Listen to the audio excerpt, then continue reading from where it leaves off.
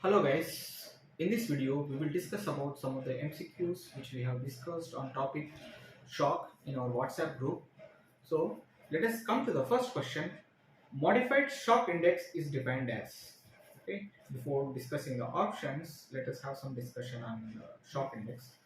So for identifying hemorrhagic shock, either heart rate or systolic blood pressure alone are not adequate. To overcome this problem, so shock index was designed, which will be measured as heart rate by systolic blood pressure. So importance of this shock index is, as usually the normal value of shock index is 0.6. If it is less than 0.6, there is no shock. Okay. If the value goes beyond 0.6, then it indicates shock. As the value of shock increases, the value of shock index increases, the risk of mortality is higher. Okay, and need for blood products will be increased. Okay, and there will be one drawback with the shock index. In this shock index, we have not mentioned about any diastolic blood pressure. So we are to overcome this problem, we are measuring modified shock index. In this modified shock index, we will measure it as heart rate divided by mean arterial blood pressure. Okay, coming to the options, modified shock index is defined as option A, heart rate divided by systolic blood pressure. So this is wrong option. It is shock index. Okay. Next option is heart rate by mean arterial pressure. So this is the correct option. And third option, systolic blood pressure by heart rate. And the fourth option, mean arterial blood pressure by heart rate. These two are wrong options. So answer will be option B. Okay, one more important thing you should remember, this question have asked multiple times in inicet examination.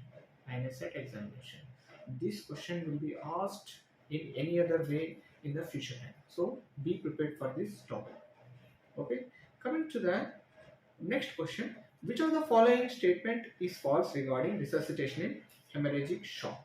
Okay, first we will discuss some important things about the resuscitation in hemorrhagic shock. So in shock patient, you should always use warm IV fluids. Okay, warm IV fluids.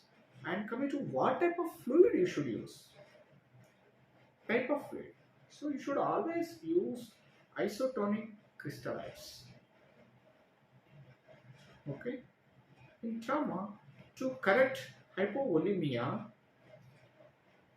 you should always use RL, preferably over the normal side, because the amount of fluid that will stay in the intravascular compartment after infusion, with RL it will stay more fluid compared to normal side. So RL is the better fluid, and moreover its isotonicity will resemble the plasma. Okay, if the patient is in acidosis, then NS is the better fluid. Coming to amount of fluid initially you should give in the trauma patients, that is at least 1 liter. 1 liter in adults, and in pediatric patients at least 20 ml per kg in pediatric patients. Okay, coming to one more important fact you should remember, if the requirement for IV fluid is more than 5 liters, 1.5 liters, the risk of mortality will be higher. Okay, this indicates severe shock. Okay, so how will you measure the outcome, whether the patient is responding to the IV fluid we are giving or not? How will you measure? So one of the important thing is urine output. Okay, urine output target will be different in different age group. So if you talk about adults, the target urine should be 0.5 ml per kg per hour. If it is a pediatrics age group, and the age is more than 1 year, and the amount of urine output should 1 ml per kg per hour. if it is less than 1 year, that is infants, the amount of urine output should be 2 ml per kg per hour. Okay, coming back to the options, give at least 1 liter of crystallite initially and look for the response in adults. Yes, this is correct statement. Second statement is target urine output 1 ml per kg per hour in infants. No, this is wrong. In infants, it should be 2 ml per kg per hour. Okay, and the third option, target urine output is 0.5 ml per kg per hour in adults. Yes, this is right statement. And give at least 20 ml per kg crystallites initially and look for response in, see here it is missed, it is pediatrics. Okay, and this is also a correct statement. Okay, and the answer for this question will be second option. Okay, we have to find out the wrong statement.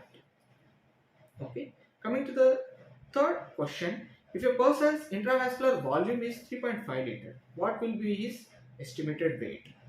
Okay, before solving this question, let us have a look on the water distribution of the body. So total body water will constitute about 60% of the total body weight. Out of these 60%, two-thirds will stay in the intracellular fluid and one-third will stay in the extracellular fluid. So that means 40 intracellular fluid will account for 40% of total body weight, and extracellular fluid will account for the 20% of the body weight. So out of these 20%, 5% will be constituted by the plasma, around 14% will be constituted by the interstitial fluid, and 0.5 to 1% will be constituted by the transcellular fluid. Coming back to the question, so here remember, plasma accounts for the 5% of total body weight. So here they have given 5% as 3.5 liters. So what about the total body weight? So total body weight will be 5, will be the 100% out of this. So what will be this volume? Okay, coming to, if 5% constitutes 3.5 liter, and what about 100%? Okay, and this cross question, 5x is equal to 3.5 into 100.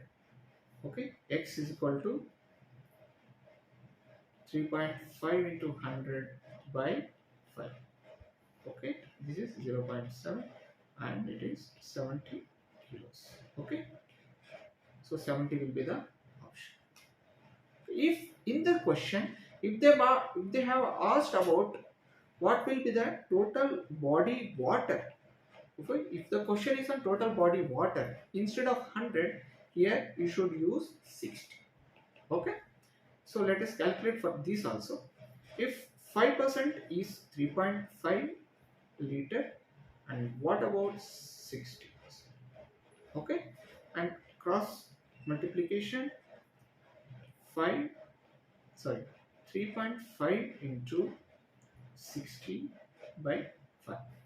Okay, so this is 5 12.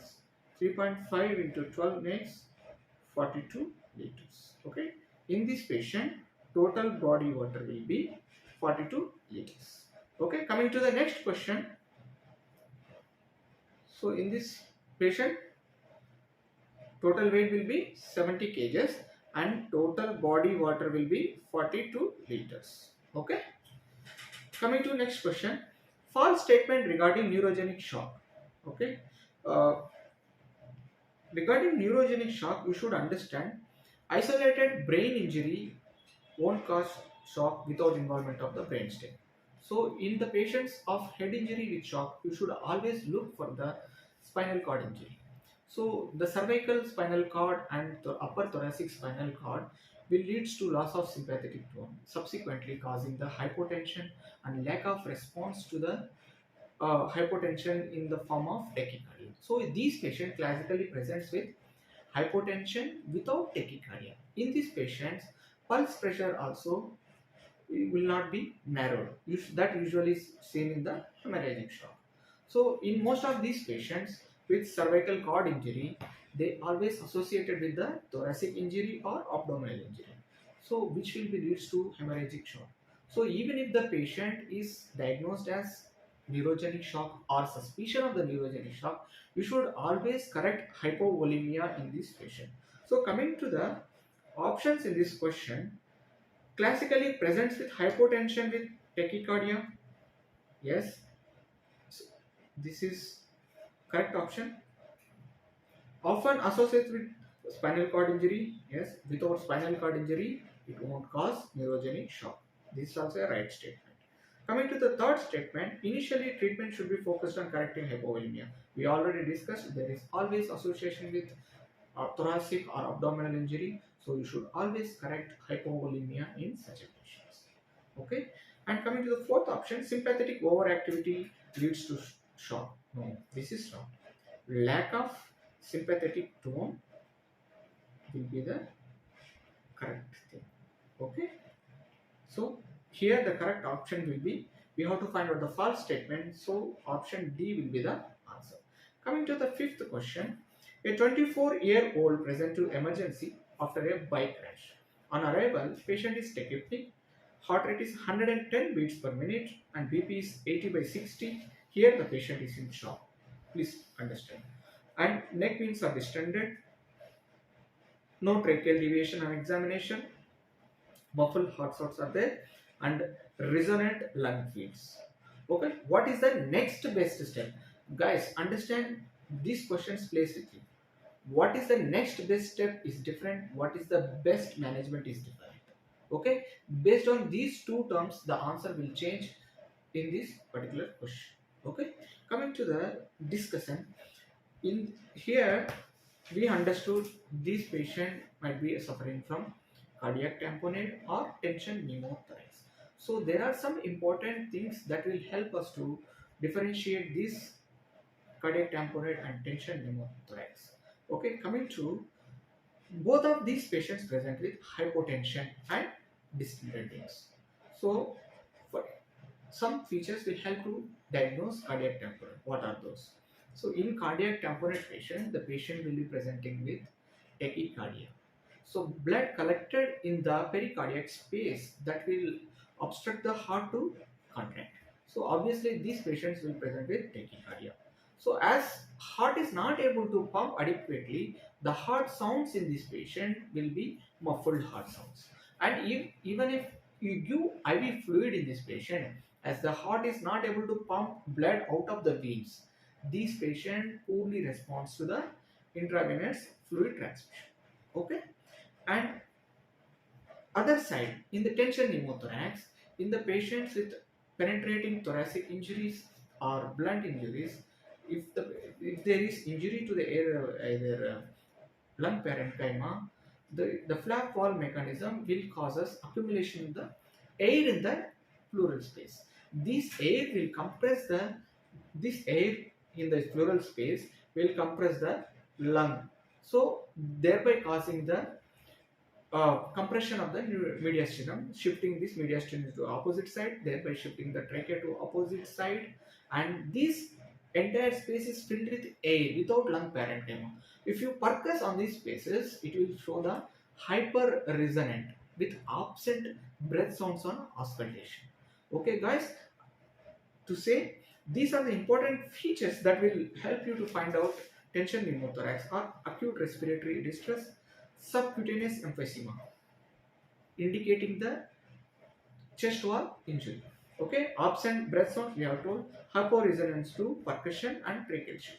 These are the important features that will help you to diagnose tension pneumothorax.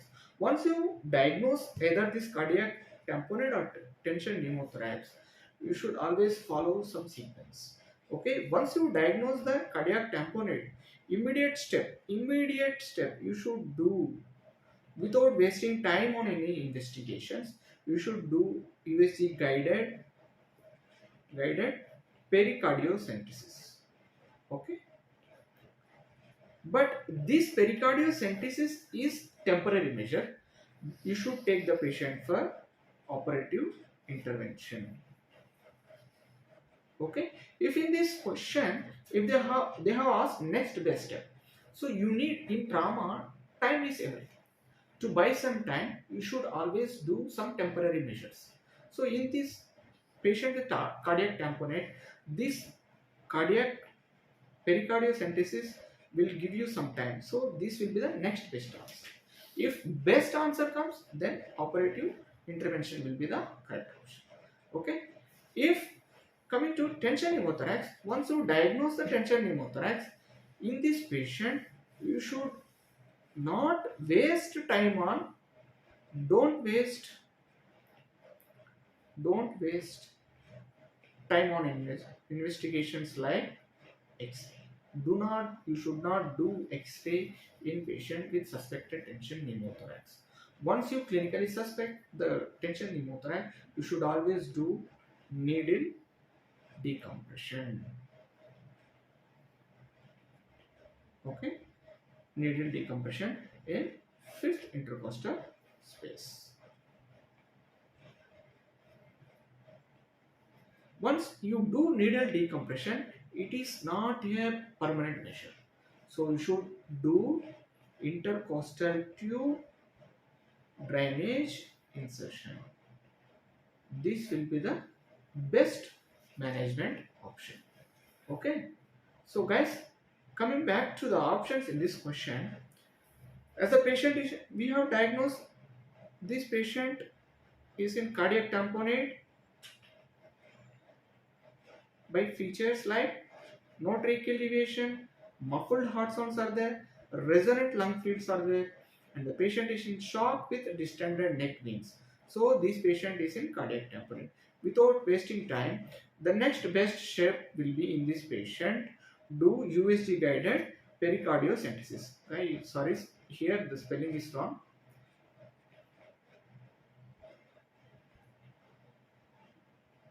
Okay, pericardiocentesis.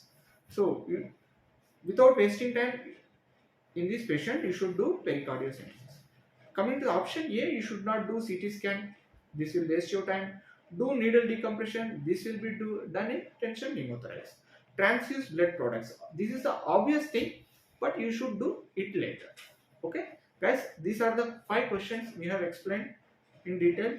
So please comment your feedback or any doubts in the comment section of our YouTube channel. Thank you very much.